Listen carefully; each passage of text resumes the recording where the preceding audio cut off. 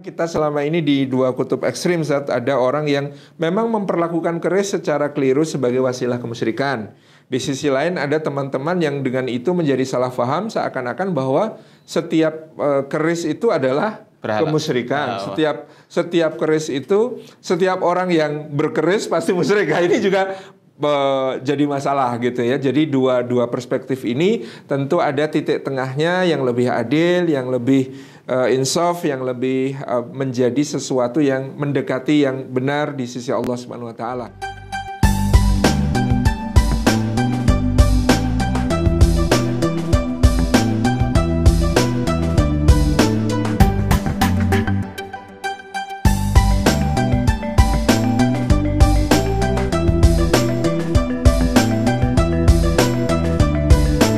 Assalamualaikum warahmatullahi wabarakatuh. Alhamdulillah, salatu wassalamu ala sayyidina rasulillah wa ala alihi wa ashabihi wa mawala wa la hawla wa la quwwata illa billah amma ba'd.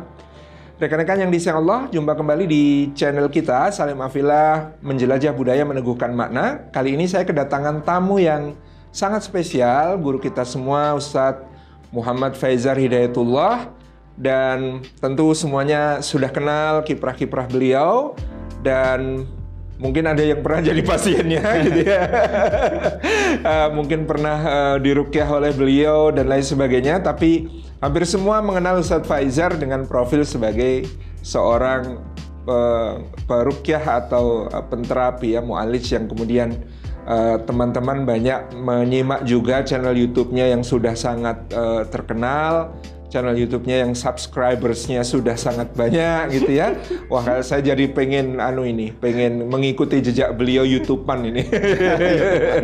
Alhamdulillah, Ustadz sehat-sehat. Alhamdulillah. Sudah beberapa hari di Jogja ya. Gimana Ustadz? Betah kalau di Jogja? Betah banget. Oh, kalau begitu perlu dicarikan rumah di Jogja. Alhamdulillah. Teman-teman yang disayang Allah, saya masih ingin menggali dari beliau ya kan. Kalau dulu ada dunia yang seolah-olah bertentangan sampai 180 derajat itu, Ustaz. Dunia peruqyah dengan dunia keris. Sehingga kalau ada yang berkeris, kemudian dia ikut ruqyah, hampir pasti ketika keris itu diserahkan oleh peruqyahnya dihancurkan. Ya, digerinda, ada yang dibakar, ada yang dilarung dan lain sebagainya. Nah, sementara di teman-teman pelestari budaya ada tentu hal ini akan menjadi sesuatu yang kontra. Tetapi Ustadz Faizar sepertinya memiliki mauqif atau sikap yang kemudian berbeda dari stereotip ya yang dilekatkan oleh orang-orang kepada rekan-rekan peruqyah, yaitu pasti ngancurin keris, pasti merusak keris, pasti menghancurkan warisan budaya. Saya bahkan pernah menghaturkan hadiah kepada Ustadz Faizar berupa keris dan beliau terima dengan baik, sampai sekarang masih disimpan, sepertinya juga sering difoto dan diposting oleh beliau, Ustadz.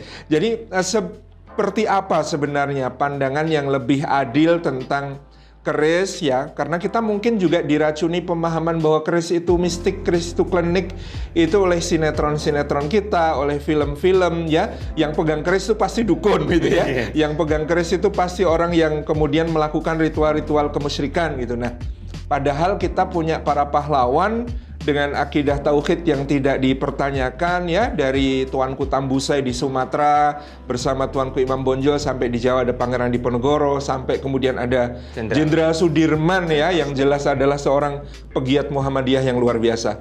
Mohon pencerahan ini Ustaz untuk teman-teman di channel kita. Oh iya, juga ini ada channelnya Ustadz Faizar nanti ya. Mohon maaf ini jadi kayak saya yang menguasai ini, insyaallah. Fadhil Ustaz.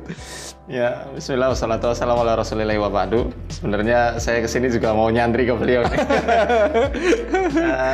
Dulu memang saya sama seperti rekan-rekan peruqyah yang lain. Jadi sebelum saya tahu tentang bagaimana dan apa sebenarnya keris itu ya, dulu saya berpandangan ini harus dihancurkan. Tapi ternyata setelah berjalannya waktu, saya banyak ambil istifadah dari video-video antum. Waduh, ini saya nanti yang dipersalahkan teman-teman peruqyah yang lain ini. Tentang makna keris itu sendiri yang sebenarnya itu ageman ya Ustaz. Iya betul, salah Ageman dan satunya. juga itu ya sama seperti apa ya?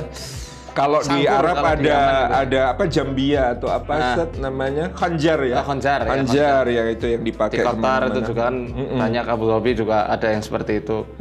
Dan ternyata ya keris ini nggak sekelenik yang saya bayangkan sebenarnya.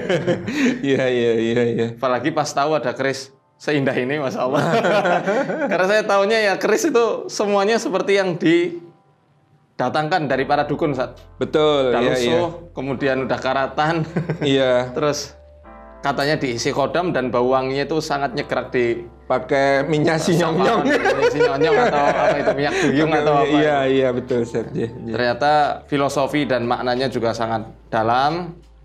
Kemudian dilihat dari segi apa ya, syariah, ya sebenarnya hukum asalnya ya boleh karena itu kan senjata ya Ustaz. Betul. Itu senjata dan segala sesuatu yang bersifat duniawi ya boleh. Al aslu fil asya'i al ibahah. Betul. Hatta yadul dalilu ala tahrim. Ya, jadi segala sesuatu itu hukumnya boleh dalam perkara duniawi sampai ada dalil yang jelas tentang keharamannya. Nah, ini nggak ada dalil yang mengharamkan keris itu sendiri. Apalagi nggak ada bahasa Arabnya, keris bahasa Arabnya apa? Nggak ada dalil khusus. Iya betul. Nggih. Nah, kemudian ditambah lagi ketika saya melanjut untuk talaki lebih lanjut Ustaz, bersama Syekh kami. Yo, ini yang penting Ustaz. yakni Syekh Dr. Sa'ad Said Ahmad Abduh Hafidhullah. Beliau ulama asli Mesir, tinggal di Khamhamada di Buhaira. Di Buhaira. Mesir, dan waktu tahun 2019 kami undang ke Indonesia. Oh, Masya Allah. Untuk daurah nasional tentang pengobatan sihir. Nah, ini bukan mendeklarasikan dukun ini, tapi mendeklarasikan cara mengobatinya bagaimana secara syariat. Betul. Internasional ya. Karena waktu itu dari Singapura dan Malaysia juga Masya Allah. ikut hadir di Batu Raden waktu itu. Oh, di Batu Raden. Wah, sejuk tuh Pak. Sejuk, silir-silir. Dan saat saya tanya lebih lanjut tentang dunia perjimatan yang ada di Nusantara ini, khususnya di Tanah Jawa, kata beliau, saya tanya, apakah harus selalu dihancurkan wahai Syekh? Apa harus dibakar atau bagaimana? Malah beliau katakan sebisa mungkin yang namanya jimat-jimat yang bukan dalam bentuk kertas, saudara. Yang bukan dalam bentuk memang khusus adalah jimat. Artinya benda-benda yang dijimatkan itu kan bisa macam-macam. Diyakini ya. Iya, diyakini sebagai jimat itu ada yang cincin mungkin atau itu ternyata beliau juga pakai. Kemudian keris, kemudian mungkin pedang, mungkin banyak hal ya Ustaz. Banyak hal yang dijimatkan. Dijimatkan betul, diperlakukan sebagai jimat, betul. Nah, itu tidak perlu dihancurkan. Kata beliau justru malah rendam saja di air yang sudah diruqyah selama beberapa jam lah. Betul. Insya Allah nanti pengaruh negatifnya nanti akan netral. Karena sebenarnya kan kalau keris-keris yang apa namanya Sat? Yang palsu apa namanya? Koden apa namanya? Keris koden ya. Keris koden itu kan yang dijadikan biasanya sarana jual beli kan oleh dukun ya, dukun kalau kami perhatikan ya mereka itu jin ini enggak masuk Sat. Tapi hanya menyertai. Menyertai. Kalau memang misalnya kan bisa berbentuk apa aja sampai kendi pun kan sebenarnya bisa. Akhirnya jadi kendi ini haram semua kan. Iya, betul. Nah, gitu juga cincin. Ini kan termasuk sunnahnya Nabi juga. Betul. Apakah ketika ada seseorang yang jadikan cincin ini sebagai jimat kemudian seluruh cincin jadi haram kan enggak seperti itu. Akhirnya kita terbuka lagi dari apa yang dijelaskan oleh Syekh saya. Nah, jin itu menyertai kalaupun misal cincin, keris atau yang lainnya yang dijimatkan oleh orang itu dihancurkan, tetapi akidah dan tauhidnya tidak diperbaiki, ya sama aja jinnya nggak akan pergi kemana-mana. Oh, kaitannya seperti dengan orangnya ya, dengan orangnya. Betul. Sebenarnya kan yang rusak juga orangnya, yang meyakini. Rusak akidahnya adalah orangnya, bukan bendanya ya. Gitu. Yang meyakini keris itu ada. Tapi memang maaf tadi menyertai dan menyelaput, bukan masuk. Bukan masuk, tapi di luar dan apa namanya? Karena mereka menyertai ya.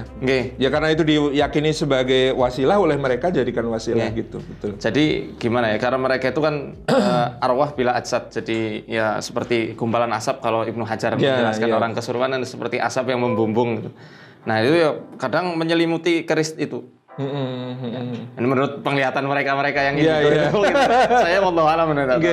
Mungkin kalau imajinasinya itu seperti Hitodama mode yang di Shaman King itu. Nah, ini harus milenial sih yang tahu yang begini nih. Yang generasi kolonial nggak paham. Orang kolonial pahamnya ya asap-asapan aja gitu.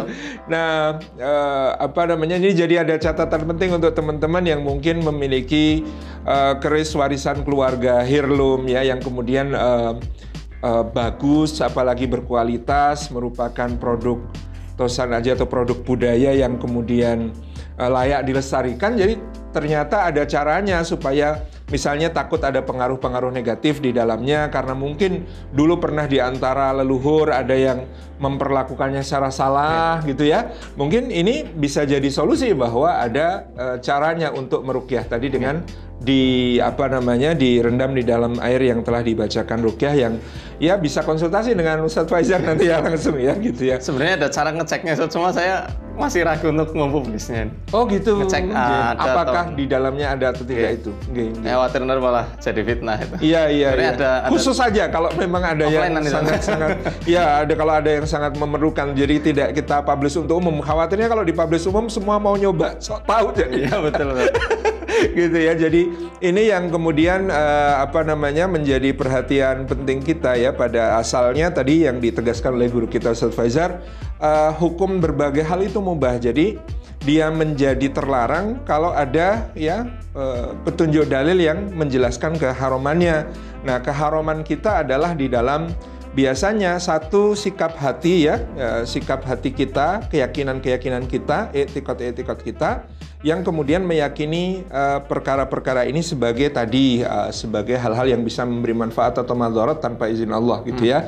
Yang kedua adalah karena diperlakukan ya, karena diperlakukan dengan perlakuan-perlakuan yang menjurus kepada ritual kemusyrikan. Ini juga akan menjadi masalah. Jadi di luar itu, maka yang namanya tosanaji, keris dan lain sebagainya ini ternyata ya netral-netral saja selama tadi tidak jatuh ke dalam perlakuan-perlakuan dan sikap-sikap hati yang salah. Nah, ini pencerahan sekali Ustaz tadi tentang ternyata tidak harus dihancurkan. Ya, ternyata tidak harus dirusak, ternyata tidak harus istilahnya kan dihinakan, dijak-injak tadi gitu. Dulu memang pernah ada ya keyakinan seperti itu. Jadi yang terpenting adalah memperbaiki orangnya ya, memperbaiki keyakinan orangnya, memberikan pemahaman yang sahih tentang akidah yang salimah gitu ya. Itu yang akan menjadi sesuatu yang lebih tepat daripada sekedar menghancurkan barangnya tanpa disertai pemahaman yang benar tentang akidah yang benar bagi orangnya. Baik Ustadz, ada cerita-cerita mungkin selama ini Ustadz terkait dengan interaksi dengan orang-orang yang diruqyah, kemudian bagaimana kemudian mereka juga ada hubungannya dengan ada yang punya keris diserahkan dan sebagainya, seperti apa pengalamannya Ustaz? Jadi sebenarnya kan para dukun-dukun itu Ustaz, ketika menjadi perantaraan, beratnya calo yang menghantarkan para orang-orang yang punya hajat supaya bisa berhubungan dengan para raja atau ratunya jin. Itu mereka memilihkan beberapa media-media khusus untuk jadi akad perjanjian Ustaz. Ada yang bisa menggunakan tumbal binatang seperti ayam cemani atau wedus wedus kendit ya, kendit yang ada putihnya belang itu ya.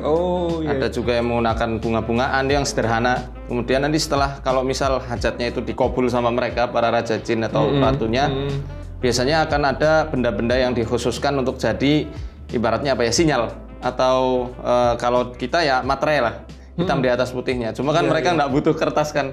Biasanya menggunakan perantaraan seperti yang pernah kita tangani beberapa dalam waktu dekat ini, ya bentuknya kendi. Kendi ada yang berupa cincin keong buntet, kantong macan. Ada juga yang sampai keris-kerisan, keris tombak. Dan kerisnya ada yang keris kuningan, keris tembaga itu ya. Seringnya justru yang dijadikan penanda media itu keris yang murah Ustaz. Keris-keris yang murah. Kalau mahal dukunnya nggak kuat. Mending bisnis keris daripada buka perdukunan. Ya, itu akhirnya itu yang jadi tanda, jadi cat gitu ya Ustaz ya. Jadi materai itu yang nantinya harus disimpan baik-baik di suatu rumah. Kalau yang saya baca di bukunya siapa itu, Pak Suwardi Endraswara ya. Jadi ada 4 hal yang diyakini orang Jawa kuno. Mungkin nanti ada tambahan dari Anda. Di antaranya kan karena proses pesugihan. Kalau pesugihan, nah itu nggak perlu pakai begini-beginian, Ustaz. Memang hitam di atas putihnya ya langsung nyawa atau jiwa dari orang yang disayanginya. Sampai begitu ya? Dibikin gila atau bahkan langsung meninggal. Kalau meninggal enggak biasanya, dibikin sakit atau dibunuh secara perlahan. Kalaupun yang langsung meninggal biasanya secara random di suatu jalan, biasanya nanti dikasih tanda khusus di situ, pakai bunga-bungaan atau apa. Nanti orang-orang yang lalai dan enggak berzikir ketika keluar rumah, ya itu yang akan dicelakakan. Iya. Nah itu akhirnya ini pentingnya zikir ya, pentingnya zikir untuk perlindungan kita. Teman-teman membiasakan doa, keluar rumah berdoa, pergi berdoa, ya naik kendaraan berdoa, masuk rumah juga berdoa, gitu ya. Mau tidur berdoa. Kalau perlu zikir pagi dan zikir petangnya juga dijaga. Ini penting sekali supaya tidak jadi kena tumbal. Apa namanya ya, jadi korban ya. Korban tumbal. Iya betul, nggih. Ada juga ini santet. Kalau santet mungkin udah sampai sekarang ya. Makanya ada festival santet kemarin tuh. Dulu sempat waktu saya SMP, mungkin Ustaz Fajar masih SD ya. Waktu saya SMP itu ada isu dukun santet yang malah jadi fitnah pembunuhan dulu ya, dari Banyuwangi dulu. Ya, sekarang lagi bangkit lagi nih teman-teman dukun ini. Iya, lanjut Ustaz, Ustaz. Sampai ada yang cekelan. Kalau cekelan menurut beliau itu cekelan ya jimat-jimat yang biasa dikantongin untuk di dompet. Kesaktian ya. Terus dikalungin tamimah itu cekelan. Oh iya, tamaim. Betul. Kemudian pusaka. Nah, kalau pusaka ini nggak mesti bentuknya seperti keris, tapi ada yang berupa tanah dari tanah. Misalnya kuburan orang-orang yang sakti diambil terus disebarkan atau dicampur di tanah rumahnya atau bisa menggunakan telur angsa. Pokoknya kalau pusaka menurut versi beliau itu sesuatu yang nggak bisa dibawa. Oh, malah nggak bisa dibawa? Karena pusaka itu yang disimpan di rumah untuk jaga. Oh, itu pusaka. Jadi definisinya malah begitu. Saya baru tahu ini dari Pak Suwardi Endraswara. Mesti kejawen atau apa bukunya itu.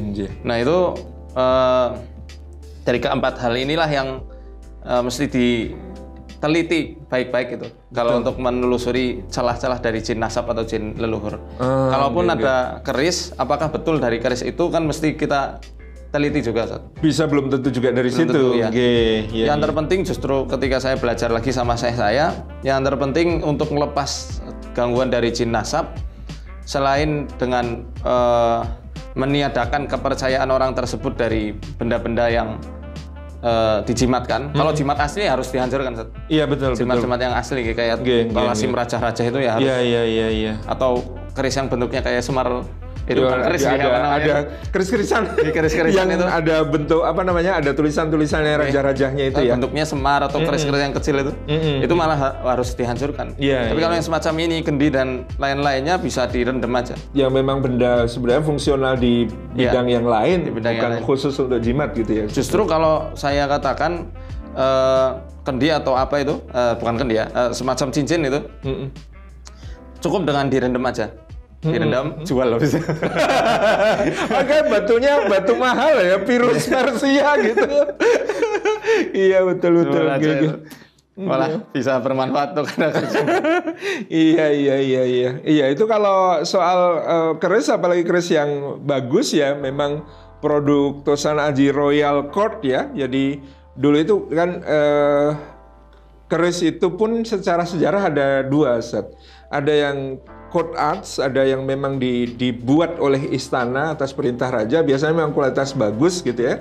Ada yang dibuat oleh masyarakat ya, dan itu di luar istana. Nah, biasanya kalau sekarang ya yang diburu kolektor yang court arts ya, yang produk dari istana yang kemudian memang kualitasnya bagusnya. Ya akhirnya di dunia kolektor keris juga yang berkembang itu bisa menjadi investasi bahkan ya. Jadi ya teman-teman kolektor yang saya kira mengapresiasi benda seperti keris ya saya juga ada sampel beberapa selain yang di situ gitu ya. Nah, ini misalnya kalau Jogja itu karena sederhana ya, selain menampilkan kayu timoho yang berpola pelet begitu, kemudian ada apa namanya pendok-pendok yang ditatah diukir seperti itu. Tapi kalau yang sederhana biasanya mencerminkan karakter yang disukai orang Jogja itu, ini hanya swasa, Ustaz, rose gold. Kemudian kayunya dipilih biasanya kalau tidak cendana, trembalo. Jadi kayu yang juga polos saja gitu ya. Dan bilah pun bilah sederhana ya. Nah, seperti yang ini mungkin bisa dilihat. Nah, ini dari besinya, kemudian pamornya ya, kita bisa melihat kualitas court arts itu di situ. Ini era Hamengkubuwono V, Ustaz, sekitar tahun 1830 sampai 1850 ya, antara itu era pembuatannya. Ini namanya apa, Ustaz? Nah, ini mungkin saya perlihatkan, Ustaz. Karena memang penuh dengan makna filosofi yang dititipkan ya, orang Jawa itu disebut wong Jawa nggone semu sinamuning samudono. Banyak perumpamaan, metafor pelajaran yang disimpan di dalam simbol-simbol. Itulah salah satu cirinya orang Jawa. Ini kerisnya namanya dapurnya condong campur, Ustaz. Condong campur. Dicirikan condong campur itu, ini namanya sogokan kan ya. Iya. Sogokannya itu menyatu kemudian sampai ke atas. Nah, di sini yang disebut campurnya itu di sini. Ya, makanya disebut sebagai condong campur. Kalau dulu disebut ada pusaka Majapahit yang pertama itu namanya condong campur. Selain sengkelat, selain juga sabu inten dan nanti yang muncul belakangan, condong campur ini menyimbolkan kalau di Babat Tanah Jawi tentang kebijakan kala itu yang cenderung mensinkretiskan apa yang ada gitu ya. Raja seperti Girindrawardana Dyahrana Wijaya itu salah satu kebijakan yang dikenal itu mencampur. Jadi Hindu Buddha itu sudah berhasil disinkretiskan dengan ajaran yang disebut Siwa Buddha. Nah, ketika Islam datang, raja ini berusaha mengakomodasi dan meminta orang Islam juga kalau bisa nyampurlah dengan orang Majapahit dengan agama Hindu Buddhanya. Tetapi kebijakan ini ditentang oleh yang pusaka yang disebut sabu inten. Sabu inten itu lambang para bupati pesisir, Ustaz. Mereka kaya dari perdagangan, makanya sabuknya intan gitu. Gitu ya. Jadi sabu inten itu lambang para bupati pesisir dan mereka muslim. Ya, mereka menentang kebijakan yang mencoba untuk mensinkretiskan agama Islam diperlakukan seperti agama-agama sebelumnya. Ya, menjaga kemurnian kan. Sampai akhirnya kemudian yang mengalahkan, yang membuat Majapahit akhirnya jatuh itu yang disebut sebagai sengkelat atau sengkeling ati, ya rakyat yang sudah marah karena keadaan mereka yang semakin terpuruk dan kesejahteraan yang drop gitu ya. Jadi itu bagian dari sejarah yang kemudian diceritakan dan kemudian kita memahami simbol-simbol itu di dalam tosanati atau dalam kerisnya. Ini ada rician-rician seperti sekar kacang, bunga kacang. Oh, bunga kacang ya. Atau bisa disebut juga telali gajah gitu ya. Kemudian ada yang di bawah ini jalen. Jalen itu kayak jalu di ayam itu ada taji ya. Kemudian ada di sini namanya lambe gajah, bibir gajah. Itu di sini. Nah, semuanya ini ternyata kalau di Serat Cendi ini ada maknanya diuraikan oleh Sunan Kalijaga kepada Empu Supo, diajarkan kepada Sultan Agung. Jadi tentang sekar kacang itu apa maknanya, tentang lambe gajah apa maknanya, jalan apa maknanya, kemudian ada pejetan, ini disebut pejetan.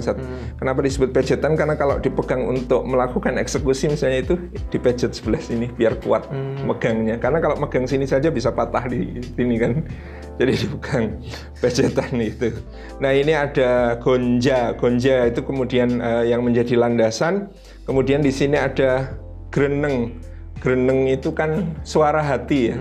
Ini makanya hurufnya do. Oh. Jadi ada rondonya itu do. Iya. Ini huruf do. Itu jadi greneng itu kan di dada. Suara hati itu ada di dada. Kemudian di sini ada serawean. di apa namanya, bila ada pucuan gitu ya. Ini masing-masing rician di sini ada masuk pesi namanya, dan semuanya mengandung pemaknaan yang nggak habis-habis sebenarnya. Kalau kita memaknai filosofinya saja nggak sempat mikir kleneknya, nggak sempat mikir kesyirikannya gitu ya. Jadi kita menghargai ini sebagai Tosan Aji dengan produk ya besi yang ditempa dengan begitu luar biasa, menghasilkan lipatan-lipatan pamor yang sangat detail gitu ya. Ini bagian dari apresiasi kita pada teknologi metalurgi yang oleh Al-Quran pun kita diisyaratkan untuk bisa menguasainya gitu ya, tentang besi, tentang logam terutama ya, bagaimana kemudian ini menjadi kekuatan yang besar dan manfaat yang luas untuk manusia. Jadi mungkin ada yang tanya, Ustaz Salim kok seneng keris ya? Ini bagian juga dari kepedulian kita kepada warisan budaya, sekaligus juga meneruskan tradisi penghargaan terhadap seni logam. Nanti kalau ada yang mau meneliti sampai ke hal-hal detail terkait logamnya dan kemudian mengembangkannya menjadi ilmu, ya luar biasa ini jadi sebuah hal yang sangat-sangat bermanfaat bagi generasi di masa yang akan datang insya Allah. Ustaz, kalau keris itu zaman dulu apa buat perang atau enggak, Ustaz?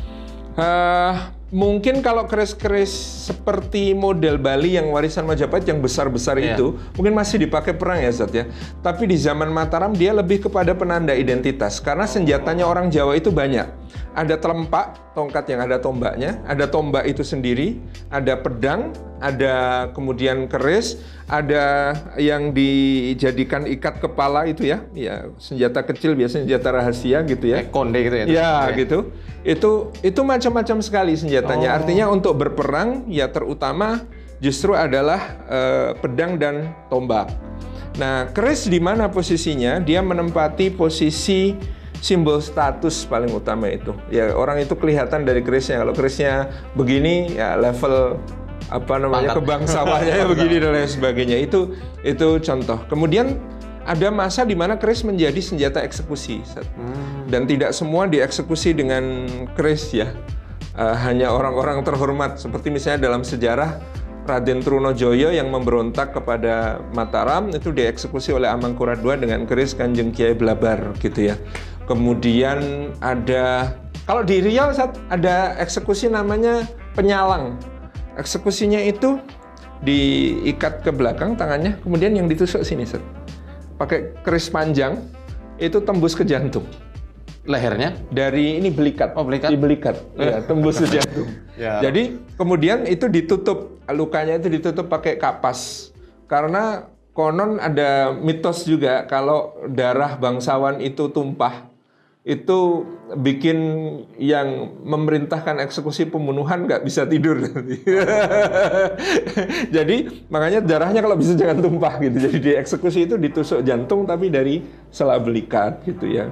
Ada masa-masa senjata eksekusi. Ada keris sebagai senjata pamungkas ya. Kalau perang ya terakhir eksekusi musuh yang paling terhormat ya pakai keris. Seperti kisah tentang Panembahan Senopati dan Adipati Arga Penangsang itu baru terakhir pakai keris itu ketika sudah musuh sudah siap untuk dibunuh karena sudah kalah pertempuran, kalah pertarungan gitu ya. Kemudian keris bisa menjadi pelengkap busana gitu ya. Ya memang itu hiasan ya. Kemudian juga keris sebagai tadi hadiah. Sultan Agung itu menghadiahi raja-raja dan pangeran-pangeran yang bersahabat itu pakai keris. Ke Sultan Makassar, ke Pangeran Jambi, ke Pangeran Palembang itu dikasihnya keris. Itu sebagai souvenir gitu ya. Mataram. Tanda persahabatan gitu. Itu contoh. Nah, itu Zat. Jadi kita cerita-cerita sedikit tentang keris supaya ini kan nggak ada serem-seremnya gitu ya, manis cantik gitu bendanya itu. Jadi kalau kita mempelajari materialnya juga nanti studinya nggak habis-habis ya, mempelajari dari sisi seninya, mempelajari dari sisi filosofinya. Ini layaklah untuk kemudian teman-teman menjadi objek untuk dikaji dan dimaknai gitu ya, karena dengan ajaran-ajaran luhur yang ada dalam keris seperti yang sudah diislamisasi oleh kerajaan-kerajaan Islam begitu Islam masuk ya. Ini penuh dengan pemaknaan yang tadi kita pahami. Nah, yang kemarin kita pernah cerita keris satu lagi yang dikisahkan miliknya Sunan Giri. Iya kemarin ya. Apa itu? Apa namanya? Keris Kiai Kalamunyeng ya. Ini sekarang banyak orang cari pusaka Kalamunyeng, padahal kalau dibabat itu adalah sebuah simbolisasi dari kehebatan beliau dalam berretorika sehingga menjadikan musuh yang hendak menghancurkan justru ternyata saling menyerang satu sama lain ya. Jadi ini apa namanya ya, sedikit bincang-bincang kita ya teman-teman tentang keris.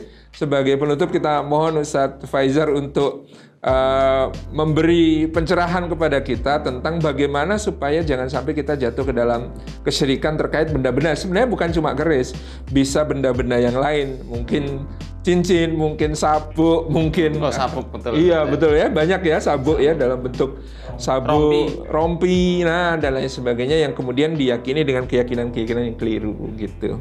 Fadhal Ustaz sebagai closing ini. Ya, intinya kita harus menempatkan segala sesuatunya sesuai fungsinya. Ya, keris sebagai ageman, ya kita perlakukan sebagaimana benda, layaknya benda. Betul. Jangan dihormati, jangan harus ada apa itu istilahnya? Ritual ya. Oh, mbah saya sendiri satu. Oh iya. Apa ya istilahnya mbah cilik, mbah gede. Saya dulu kan ya punya, sampai sekarang juga masih ada itu satu lemari. Oh. Jadi kalau mau ambil keris ya harus nyembah dulu. Makanya saya seperti ada trauma dan apa ya istilahnya dendam tersendiri sebelum tahu makna dari itu. Tapi ya tetap saya nggak setuju kalau harus ada apa ya istilahnya sikap-sikap yang terlalu berlebihan terhadap suatu benda. Itu harus diletakkan kalau di tradisi yang keluarga saya dulu itu dikasih lemari khusus, kamar khusus, dan ada suatu kasur yang nggak boleh ditiduri oleh siapapun. Ini tidak dibolehkan yang semacam ini. Apalagi ada ritual-ritual khusus untuk memandikan atau menjamas harus di waktu-waktu tertentu, harus ada kalau dulu saya lihat itu dengan adanya tumpeng apa itu namanya? Oh iya, sesajen ya. Ada sesajen tumpeng sama kopi sama apa ya? Caos dahar ya istilahnya, ya, memberi makanan kepada khotamnya. Itu tidak boleh yang semacam itu. Jadi kalau misal mau aman silahkan punya keris, tapi jangan dikasih sesaji, jangan juga diperlakukan sebagaimana berhala-berhalanya orang musyrikin. Ya, karena betul, ini senjata bukan berhala. Supaya nantinya aman, khodamnya pun tidak ngerasa senang terus. Nggak betah di situ. Nggak hanya keris, ini berlaku juga untuk cincin ya. Cincin juga jangan diyakini, oh aku cocoknya pakai batu yang ini nih gitu. Lebih nyaman dan lebih bikin adem, atau mungkin karena karakterku seperti ini harus pakai batu jenis apalagi jenis sesuai tanggal kelahiran. Jangan, itu tidak dibenarkan gitu. Gitu juga sabuk. Pokoknya kembalikan semuanya itu kalau memang kita punya benda atau warisan dari leluhur, ya cukup itu menjadi sebuah warisan yang tidak dilanggengkan proses-proses kesirikannya, ritual-ritual kesirikannya. Tapi bisa tetap lanjutkan memelihara dengan perspektif baru ya, dengan perspektif sebagai konservasi, sebagai pemeliharaan warisan budaya, tapi bukan sebagai yang melanjutkan tradisi-tradisi kemusyrikannya. Betul. Paling itu saat yang jadi jembatan saja, menjembatani. Ini memang harus dijembatani. Artinya kan kita selama ini di dua kutub ekstrim. Saat ada orang yang memang memperlakukan keris secara keliru sebagai wasilah kemusyrikan. Di sisi lain ada teman-teman yang dengan itu menjadi salah paham seakan-akan bahwa setiap keris itu adalah kemusyrikan. Setiap keris itu, setiap orang yang berkeris pasti musyrik. Ini juga jadi masalah gitu ya. Jadi dua perspektif ini tentu ada titik tengahnya yang lebih adil, yang lebih insaf, yang lebih menjadi sesuatu yang mendekati yang benar di sisi Allah Subhanahu wa taala. Wallahu a'lam bishawab gitu ya. Nah, ini yang mudah-mudahan bisa memberi manfaat buat teman-teman yang senang dengan keris dalam berbagai sisinya ya, material, dari senang tentang besi, senang tentang pamor, senang tentang berbagai seninya ya, seni ukir, tatah ke pendoknya, atau kemudian ke seni kayunya dan lain sebagainya, tentu tidak menjadi halangan tadi dengan keterangan-keterangan para guru kita melalui Ustadz Faizar. bahwa yang terpenting adalah jangan sampai memperlakukannya dengan perlakuan-perlakuan yang syirkiyah, yang perlakuan yang bernilai kemusyrikan. Terima kasih Ustaz atas waktunya. Jazakumullah khairan berkenan hadir ke Jogja dan ngobrol-ngobrol dengan kita, ngomongin keris, dan kita juga ini pakai backgroundnya keris gitu ya, supaya kemudian memberikan nuansa bahwa ini bisa menjadi hal yang tidak masalah selama diikuti sesuai dengan tuntunan-tuntunan agama kita sebagai seorang muslim.